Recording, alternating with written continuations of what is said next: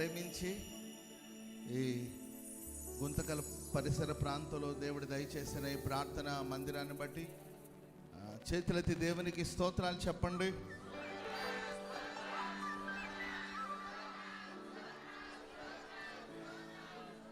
ఈరోజు ఈ ప్రార్థన మందిరాన్ని ప్రభువు ప్రతిష్ఠిస్తూ ఉండగా ఈ మందిరాన్ని దేవుడు మహిమతో నింపునుగాక.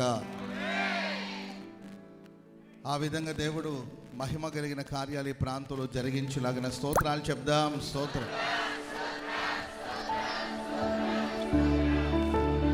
ప్రేమ నమ్మకం కలిగిన మా ప్రియ పరలోకపు తండ్రి, నీ పరిశుద్ధ పుణ్యనామాన్ని బట్టి వందనాలు స్తోత్రాలు చెల్లిస్తున్నాం. ఇరుకునందుండి నీకు మొరపెట్టగా ఇరుకు లేని విశాల స్థలము నుండి మీరు ఉత్తరం ఇచ్చిన దేవుడవు స్వామి. మీ కార్యాలన్నిటి కొరకు స్తోత్రాలు దేవా.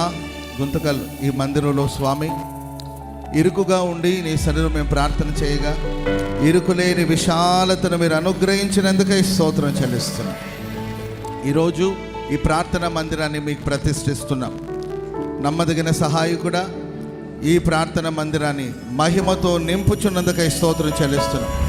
నీ తేజస్సుతో నింపుచున్నందుకై స్తోత్రం ప్రభువా. నీ ప్రభావముతో నింపుచున్నందుకై స్తోత్రం చెల్లిస్తున్నాం తండ్రి. నా మందిరం సమస్త జనులకు ప్రార్థనా మందిరం అనబడును అని వ్రాయబడి ఉంది. ఈ స్థలమందు చేయబడు ప్రార్థన మీద నీ కనుదృష్టి నిలిచి ఉండునుగాక. నీ ప్రజల ప్రార్థన మీరు అంగీకరించుదురుగాక.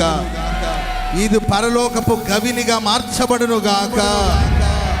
గొప్ప కార్యాలు ఈ ప్రాంతాల్లో జరిగించమని కోరుకుంటూ ఉన్నతమైన ఉపదేశాన్ని నీ ప్రజలకు అందించమని, కంచెగల తోటలో నీ ప్రజలందరినీ దాచుకోమని నా ప్రభువా, ఈ స్థలమందు నీ ప్రియులు నీ ప్రజలు పరిపూర్ణులుగా మార్చబడి పరలోక రాజ్యానికి వారసులుగా మార్చబడినట్లు సహాయం చేయమని కోరుకుంటూ ఈ మందిర నిర్మాణం కొరకు ప్రయాసపడిన ప్రతి వారిని, గుప్పిలు విప్పిన ప్రతి వారిని దీవించి ఆశీర్వదించి గొప్ప చేయమని కోరుకుంటూ మీ చేతిలో సమర్పిస్తూ యేసు నామాన ప్రార్థన చేసి అడిగి వేడుకుంటున్నాం తండ్రి. ఆమేన్.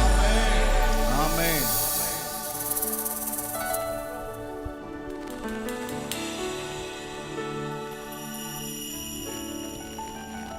తండ్రి, కుమార, పరిశుద్ధాత్మ త్రియేక నామములో ఈ నూతన ప్రార్థనా మందిరాన్ని ప్రభువు ప్రతిష్ఠిస్తూ ఉన్నాం.